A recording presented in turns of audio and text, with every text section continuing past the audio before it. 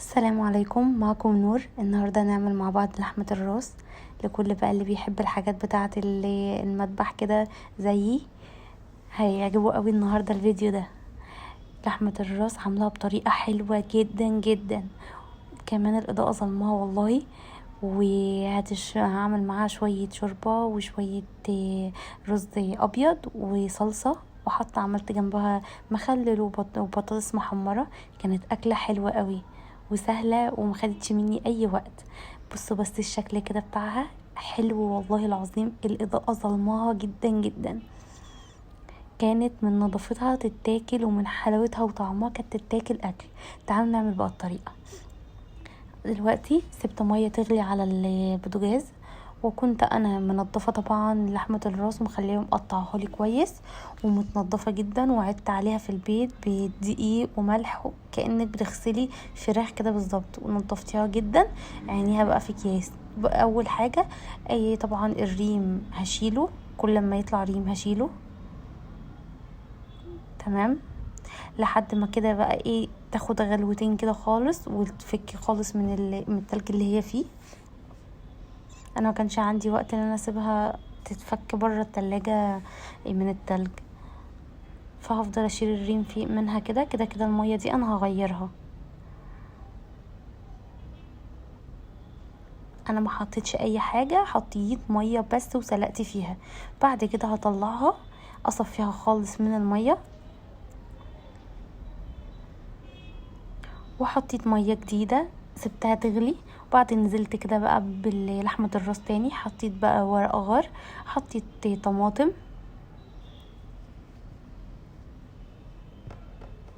بصل،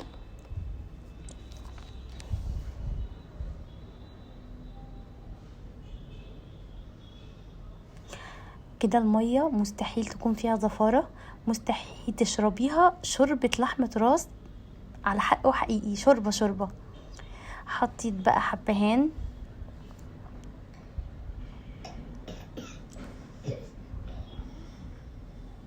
حطيت عودين من القرفه،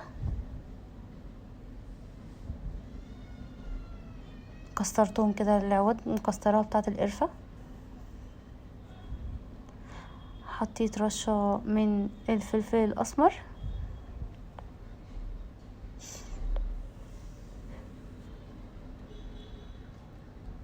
وشويه من الملح. عندك مستكة حطي، عندك اي حاجة انتي بتحبيها من المجففات حطيها براحتك.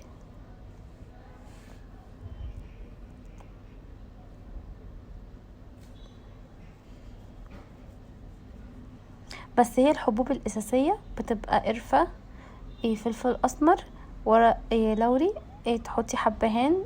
دي الاساسي. عندك انتي حاجات تانية عايزة تزوديها زودي براحتك.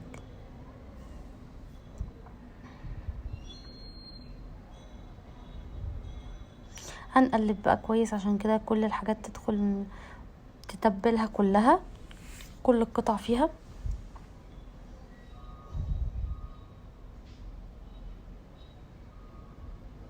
جبت بقى حلة تانية، حطيت معلقة كبيرة من الزبدة ومعلقة كبيرة من السمنة، وأدي كده الرز تقليبة فيها. طبعا الرز انتي بتغسليه كويس وبتنقيه لو في اي حاجة.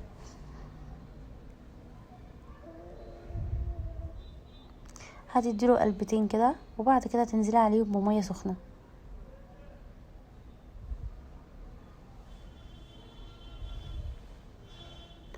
الفرق بيبقى بين الرز وبين المية يدوبك عقلة كده. وتبلته طبعا بالملح. بعد كده بقى احط بقى الشياطة عشان اسويه بقى على نار هادية خالص واغطي. هنيجي بقى في صينية برا نحط فيها معلقة من السمنة ومعلقة كبيرة من الثوم، وتوصي بالثوم شوية كده، الاكلة دي بتحب الثوم قوي. حطيت بقى رشة من الكمون،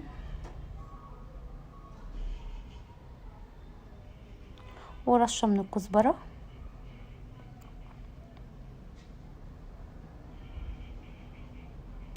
هو اول ما لقاها كده بدأت هتغلي اقوم حاطه بقى شويه من الخل، ربع كوبايه، ومعلقه صلصه كبيره، وافضل اقلب ادوب الصلصه كده.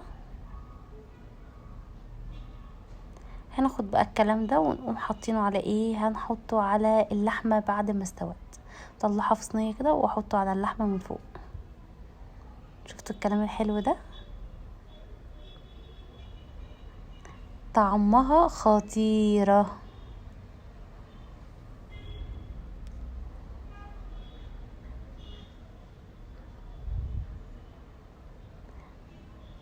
هنقلب كده بسم الله عشان كل قطعه كده تتغلف بالصلصه.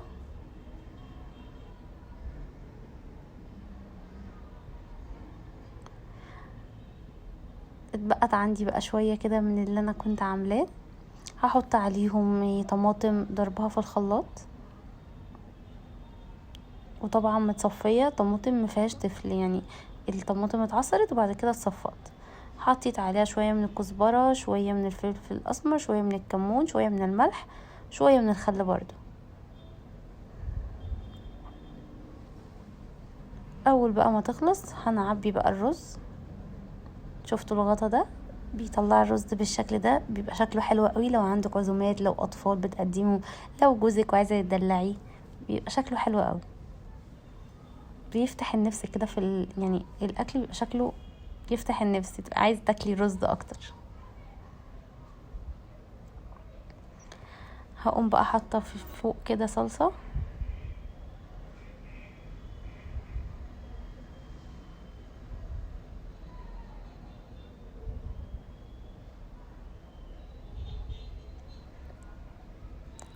وبعد كده بقى هنطلع بقى اللحمه بعد ما اتحمرت. يعني بصي انا قلبتها مرتين في الفرن عشان تتحمر. انا جوزي كان عايزها متحمره قوي، فانتي ممكن تحمريها مش تقلبيها، يعني ما تحمرهاش مرتين. انا حمرتها على وشين، الاول اتحمرت من فوق، بعد كده قلبت كل القطع وحمرتها تاني من تحت، فمتحمره من فوق ومن تحت. دي اسهل من ان هي تتحمر في زيت او سمنه او كده على البوتاجاز، دي اسهل، وصراحه بتخليها كمان مستويه اكتر. طلعت مخلل وحمرت معاهم شويه بطاطس، وده اكلنا. ايه رايكم؟ كانت اكله خطيره وطعمها حلو قوي قوي قوي، وعلى فكره هي ما خدتش اي وقت مني. والناس اللي تقولك انت لازم الكلام ده حله ضغط ولا الكلام ده، انا عاملاها في حله عاديه على البوتاجاز وما قعدتش كتير. انتي بس نظمي حاجتك ونظمي وقتك وخلي الحاجه كلها جاهزه قدامك، وهي مش تاخد منك اي وقت. وما تحاوليش تكتري كده في المواعين عشان برضو المطبخ يبقى ما فيهوش مواعين كتير، ما تزهقيش وانتي واقفه بتطبخي. جربوها تعجبكم قوي قوي قوي، واللي يجربها وتعجبه يقولي في الكومنتات. والف هنا وشفا على قلبكم، وما تنسوش اللايك والاشتراك في القناه. سلام.